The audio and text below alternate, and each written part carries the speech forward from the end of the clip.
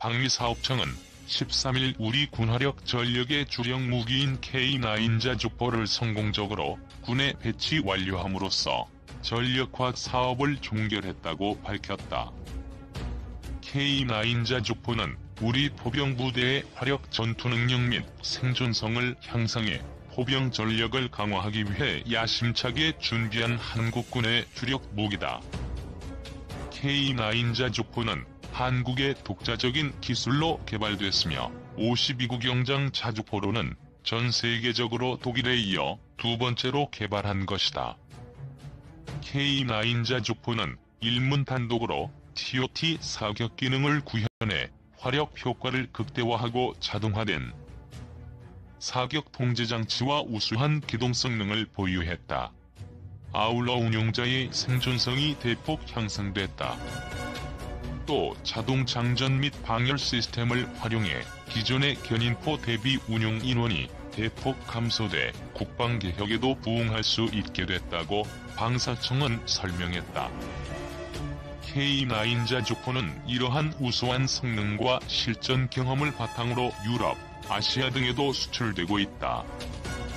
또한 운용자 중심의 운영체계, 항법장치 보강 등 성능이 한층 강화된 K9A1으로 진화 중이며 향후 미래 전장 상황 및 군인력 운용 변화에 발맞춰 원격 무인 조정이 가능한 K9A2로 지속적인 개선 계획을 가지고 있다.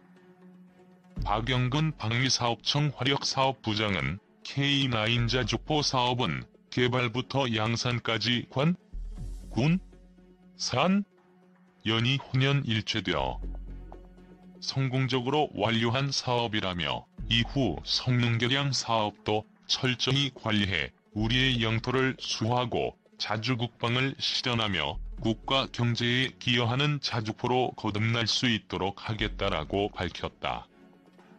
한화디펜스, 인도 시장 진출의 총력전. 매일일보 조성준 기자 한화의 방위산업 계열사 한화디펜스가 인도 시장에서 성과를 내기 위해 총력전을 기울이고 있다. 인도는 세계에서 2위 무기 수입국으로 한화디펜스는 에스토니아, 호주 등에 이은 글로벌 빅마켓에서 존재감을 확보한다는 전략이다. 10일 업계에 따르면 한화디펜스는 인도 자주방 공포미사일 시스템 사업 수주전에서 가장 앞서 있는 것으로 나타났다. 인도 정부가 최근 관계기관을 모아 논의한 결과 한화디펜스와 협상을 진행하고 있는 자주방 공포미사일 시스템 도입 사업을 예정대로 진행키로 한 것이다. 앞서 한화디펜스는 K9 자주포를 여러 국가에 수출해왔다. 지금까지 대략 600여 대가 판매된 K9 자주포는 한화디펜스의 히트작으로 평가된다. 해외 구매처들의 호평에 힘입어 지난 8월 에스토니아에 기존 12문 공급 계약 외에 6문을 추가 계약했다. 노르웨이는 2017년 23문을 계약하면서 추가 23문을 구매할 수 있다는 옵션 계약을 한 상태다. 9월에는 호주 시장에 약 1조 원 규모의 공급 계약을 따냈으며 지난 2001년 터키 수출을 시작으로 폴란드, 핀란드 등에 수출됐다. 이처럼 해외 시장에서 기술력을 인정받아 꾸준한 수출 실적을 낸 한화디펜스이지만 인도 시장은 그 규모 면에서 한 차원 다른 의미를 지닌다. 스웨덴의 스톡홀름 국제평화연구소 자료에 따르면 인도는 2015에서 2019년 사우디아라비아에 이은 세계 2위의 무기 수입국이다. 수입 규모는 134억 TIV에 달한다. 인도는 기존의 러시아산 무기 의존도를 점차 줄여나가려는 움직임을 보이고 있다. 지난 2018년 50억 달러 규모의 러시아산 S-400 미사일 시스템 도입 계약을 맺은 데 이어 같은 해 미국에서도 향후 수십억 달러치의 무기를 수입하기로 했다. 로이터에 따르면 인도 정부는 현재 자주방 공포미사일 시스템, 소총, 헬리콥터, 박격포 등 4가지 부문에 걸쳐 신무기 수입을 검토하고 있다. 이 가운데 K-30 자주대공포 비호복합포가 포함된 자주방 공포미사일 시스템은 사업 규모만 16억 달러에 달한다. 자주방 공포미사일 시스템 수출을 노리는 한화디펜스로서는 인도의 무기 다원화 전략에 적극 대응해야 하는 상황이다. 현재 K-30의 최종 발주와 수주 여부는 명확히 알려진 바가 없다. 그러나 인도 정부가 한화디펜스를 관련 사업 우선 협상자로 채택하는 방안을 적극 검토하고 있는 것으로 알려졌다. 한화디펜스가 수주전에서 앞선 것으로 평가돼 왔으나 러시아 정부가 비호복합의 기술 개선이 필요하다고 지적하면서 수주전의 차질이 빚어지기도 했다. 한화디펜스는 러시아의 방해에도 인도 정부 설득에 공을 들였다.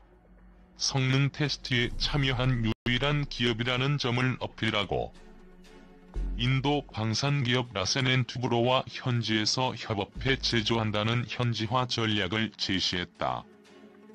현재로서는 수주전의 우선 협상자로 선정될지에 대한 여부는 알 수 없으나 경쟁에서 가장 앞선 것으로 평가된다.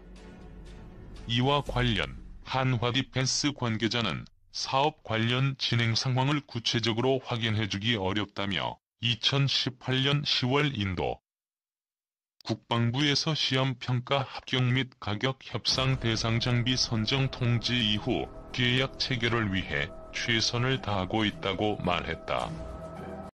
K9 자주포, 우크라이나까지 진출하는 통로 연료 웨펀. 11월 초 우크라이나에서 흥미로운 소식이 하나 날아왔다. 구소련 무기 위주의 군사력을 운영하고 있는 육군이 기존의 포병 규격과는 맞지 않는 새로운 자주포 도입 가능성을 밝혔다. 우크라이나는 소비에트 연방의 핵심 국가였던 만큼 거의 모든 무기가 구소련 당시 제작된 모델이다. 주력 자주포는 러시아군도 사용 중인 ES-19 152mm 자주포 63문이고 이보다 구형인 ES-3 152mm 자주포 235문. 마찬가지로 구식 ES-1 122mm 자주포 340문을 기계화 부대의 주력 자주포로 185문의 EA-65, 287문의 EA-36, 224문의 D-20 등 700여 문에 달하는 구형 152mm 견인포를 보병부대의 주력 화력 지원 수단으로 운용 중이다. 우크라이나는 최근 러시아의 군사적 위협이 심화되면서 다각도로 군사력 현대화를 꾀하고 있는데 이번에 도입하려는 것은 노후화가 극심한 D-20 등의 견인포, ES-3 자주포를 대체하는 물량으로 두 가지 모델이 검토되고 있는 것으로 전해졌다. 견인포는 체코의 데이너 M2 자륜형 자주포가 유력하게 거론되며 실제로 체코와 도입 협상이 진행 중인 것으로 알려졌고, 자주포는 정말 의외로 폴란드의 쿠렙 자주포 도입이 검토되고 있다. 데이너 M2는 우크라이나군의 현용 곡사포 규격인 152mm여서 도입 논의가 놀라울 일이 아니지만 크랩 자주포는 우크라이나 포병 규격과 맞지 않는 네이토 표준의 155mm 규격을 사용하고 있어 우크라이나가 왜 이 자주포를 도입하려 하는지 온갖 추측이 난무하고 있다. 지구 반대편 우크라이나가 폴란드제 자주포를 도입하는데 우리가 관심을 가져야 하는 이유는 폴란드가 우크라이나에 대량 납품할지도 모르느니 자주포의 절반이 메이드 인 코리아가 될지도 모르기 때문이다. 폴란드가 자주포를 수출하는데 뜬금없이 메이드 인 코리아 이야기가 나오는 것은 바로 이 자주포가 제조국은 폴란드지만 한국과 영국의 혈통이 섞인 혼혈이기 때문이다. 클랩은 1999년 네이토에 갓가입한 신입 폴란드가 터줏대감인 영국의 환심을 사기 위해 영국제 자주포를 기반으로 만들어낸 폴란드 영국 혼혈 자주포였다. 폴란드는 네이토 가입 후 소련제 장비를 버리고 네이토와 탄약과 통신이 호환되는 신형 무기로 바꿔야 하는 상황에서 차세대 자주포 개발을 위한 일명 레지나 프로젝트로 명명된 영국 폴란드 합작 사업에 착수했다. 이 프로젝트는 영국의 BAE 시스템즈가 생산하는 AS-90 자주포의 포탑과 폴란드가 개발한 차세대 범용 플랫폼 UPG-NG를 결합하는 사업이었다. 폴란드는 이 신형 자주포의 UPG-NG 차체를 사용해보고 앞으로 만들 모든 차세대 장갑 차량에 이 차체를 사용할 예정이었다. 이혼혈 자주포 개발 사업은 방산공기업 부마르가 맡았다. 부마르는 2008년 영국에서 10대의 AS-90 포탑을 받아와 UPG-NG 차체에 얹어 신문의 시제품을 생산해 폴란드 육군에 납품했다. AEHS 그랩으로 명명된 이 자주포는 폴란드군의 네이토 우화의 선구적 상징물로 큰 기대를 모았지만 납품 몇 달이 채되지 않아 폴란드 육군의 엄청난 질타를 받는 애물단지로 전락했다. 애초에 UPG-NG는 보병 전투 장갑차 등 경량 장갑 차량으로 사용하기 위해 개발된 물건이었다. 그런 플랫폼에 엄청난 반동이 발생하는 52구 경장 155mm 곡사포를 얹었으니 차체가 온전할 리가 없었다. 주행 중 차체에 균열이 가거나 서스펜션이 파손되는 것은 물론 사격을 하면 반동 때문에 차체가 출렁이듯 춤을 추는 현상이 발생했다. 자주포의 차체가 반동을 제대로 받아내지 못하면 화포의 방열이 흐트러지기 때문에 엄청난 오차가 발생한다. 그 반동 때문에 차체와 화포 구성 부품이 깨질 수도 있다. UPG-NG 차체를 사용한 그랩은 바로 그런 문제에 시달렸고 격분한 폴란드 육군은 프로젝트 자체를 날려버리려 했지만 폴란드 정부가 부마르와 협의해 2014년까지 문제를 해결하는 것으로 합의를 봤다. 그러나 제작사는 2014년이 넘어서도 문제를 해결하지 못했고 설상가상으로 엔진을 납품하기로 했던 업체가 경영난으로 엔진 제조 공장을 폐쇄해 추가 생산과 군수 지원에도 문제가 발생했다. 부마르는 시간을 더 주면 문제를 해결할 수 있고 해외에서 도입하면 국내 방위산업 기반이 흔들릴 것이라며 시한 연장을 요구했다. 하지만 폴란드 국방부는 이런 지하에 거부하고 차세대 자주포 차체 해외 공개 입찰을 선언했다. 가장 유력했던 것은 영국의 BAE 시스템즈였다.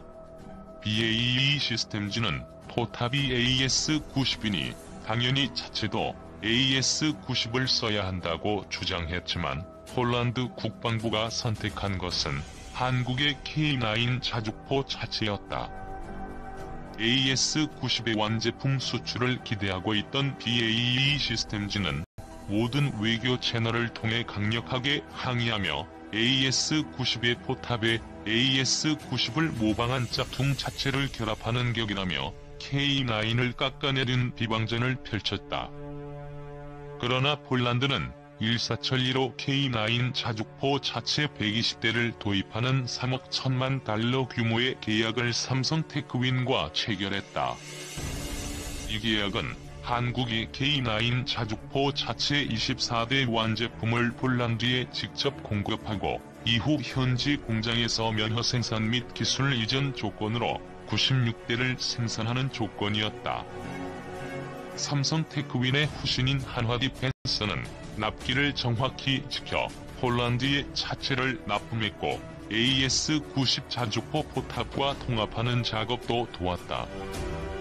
이렇게 만들어진 신형 그랩은 폴란드 육군의 시험평가에서 극찬을 받으며 5개 연대 전력화가 확정됐고 첫 번째 연대인 제11포병연대 물량 24문이 최근 실전 배치가 완료됐다. K9 자주포의 차체를 결합한 그랩은 폴란드 육군에게 그야말로 신세계를 열어주었다. 한국군의 전문 이상이 배치돼 이미 그 성능과 신뢰성을 검증받은 K9 자주포의 차체는 소련제 장비만 사용하던 폴란드군 장병들에게 우수한 신뢰성과 쾌적한 거주성 등 모든 분야에서 높은 점수를 받았고, 명품 차체와 결합한 포탑 역시 성능을 100% 발휘하며 폴란드 육군 포병에게 사의속 시대를 열어주었다.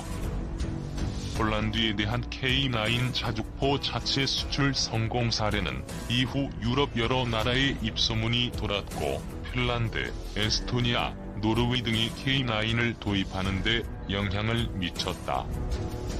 그런 K9이 폴란드를 발판으로 이제는 우크라이나에 수출될 가능성이 열린 것이다. 문제는 폴란드가 우크라이나에 어떤 방식으로 이 자주포를 수출하느냐 하는 것이다. 한화 디펜스는 1차분 24대의 완제품 차체를 모두 납품한 상태이고, 현재 생산 중인 차량은 한화가 현지 국영업체인 HSW에 부품을 보내 현지에서 제작된 물량이다. 현재의 구조에서 우크라이나가 크랩을 주문하면 폴란드는 우크라이나 납품용 크랩을 생산하기 위해 한화 디펜스와 추가 차체 도입 계약을 체결해야 한다.